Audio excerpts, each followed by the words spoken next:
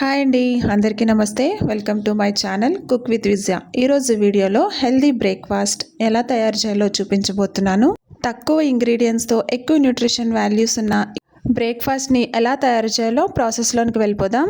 దీనికోసం ముందుగా 1 కప్ ఉలవలను తీసుకోవాలి. ఈ ఉలవలు ఆరోగ్యానికి చాలా మంచివి. అలాగే 1 కప్పు సామెలను కూడా తీసుకోవాలి. అలాగే అదే కప్పుతో 1/2 కప్ మినపప్పు, అలాగే 1/2 కప్పు బియ్యంని కూడా తీసుకోవాలి. నేను ఇక్కడ బ్రౌన్ రైస్ తీసుకున్నాను. మీకు ఏ రైస్ నచ్చితే ఆ రైస్ తీసుకోండి. అలాగే 1/2 టేబుల్ స్పూన్ మెంతులు వేసుకోవాలి. ఈ మెంతులు వేయటం వల్ల టేస్ట్ అనేది చాలా బాగుంటుంది. ఇప్పుడు వీటన్నిటిని వాటర్ వేసి 2-3 సార్లు అయినా ఖచ్చితంగా వాష్ చేసుకోవాలి. ఇలా చేత్తో నలుపుతూ శుభ్రంగా 2-3 సార్లు బాగా వాష్ చేసుకోవాలి. అప్పుడే డస్ట్ అంతా పోతుంది. ఇలా నీట్గా వాష్ చేసుకున్న తర్వాత వాటర్ పోసి కనీసం 8 గంటలు నానబెట్టుకోవాలి. ఇలా కనీసం 8 అవర్స్ నానబెడితేనే కానీ వాటిలో ఉన్నటువంటి న్యూట్రిషన్స్ మన బాడీకి అబ్జర్వ్ కావు. అందుకే కనీసం 8 అవర్స్ అయినా చక్కగా నానిపోవాలి.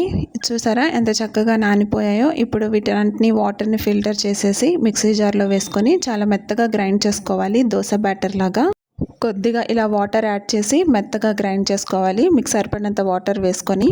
చూసారు కదా, ఈ విధంగా మెత్తగా గ్రైండ్ చేసుకోవాలి. కొంచెం గట్టిగానే ఉంటుంది. ఈ విధంగా గ్రైండ్ చేసుకున్న తర్వాత వీటిని ఒక బౌల్లోకి తీసుకొని ఫర్మెంట్ చేసుకోవాలి. ఫర్మెంట్ చేసుకోకపోయినా దోశలు బాగానే వస్తాయి, కానీ ఫర్మెంట్ చేస్తే ప్రోబయోటిక్స్ అనేవి ఇంక్రీజ్ అవుతాయి. ఇది చాలా హెల్త్కి మంచిది. అందువల్ల దీన్ని ఖచ్చితంగా ఫర్మెంట్ చేసుకోవాలి.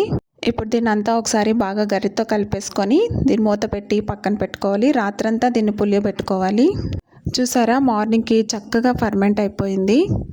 ఇప్పుడు దీన్ని ఒకసారి అంతా బాగా కలుపుకొని రుచికి తగినంత సాల్ట్ వేసుకోవాలి. కొంచెం చిక్కగా ఉంటుంది.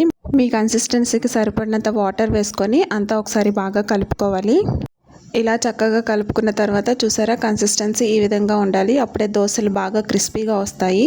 ఇప్పుడు వేడిగా ఉన్న ప్యాన్ మీద ఆయిల్ స్ప్రెడ్ చేసి ఒక 2 గరిటెలు పిండి వేసుకొని దోశలాగా వేసేసుకోవటమే. దీనికి ఆయిల్ కూడా ఎక్కువ పట్టదు. హై ఫ్లేమ్లో పెట్టుకొని దోశను అనేది వేసుకోవాలి. అప్పుడే దోశలు క్రిస్పీగా మంచిగా వస్తాయి, టేస్టీగా ఉంటాయి. చాలామంది ఉలవలు వేడి చేస్తుందని చెప్పి ఎక్కువగా కన్జ్యూమ్ చేయరు.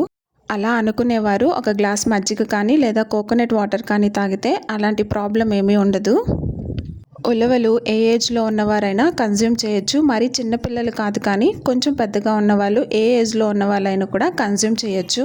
న్యూట్రిషనల్ బ్రేక్ఫాస్ట్ కావాలనుకున్న వారికి ఇదొక బెస్ట్ ఆప్షన్ అండి. ఒకసారి మీరు కూడా ట్రై చేయండి. చాలా బాగుంటుంది, చాలా టేస్టీగా ఉంటుంది. మరి ఈ వీడియో కనుక మీకు నచ్చినట్లయితే లైక్ అండ్ షేర్ చేయండి.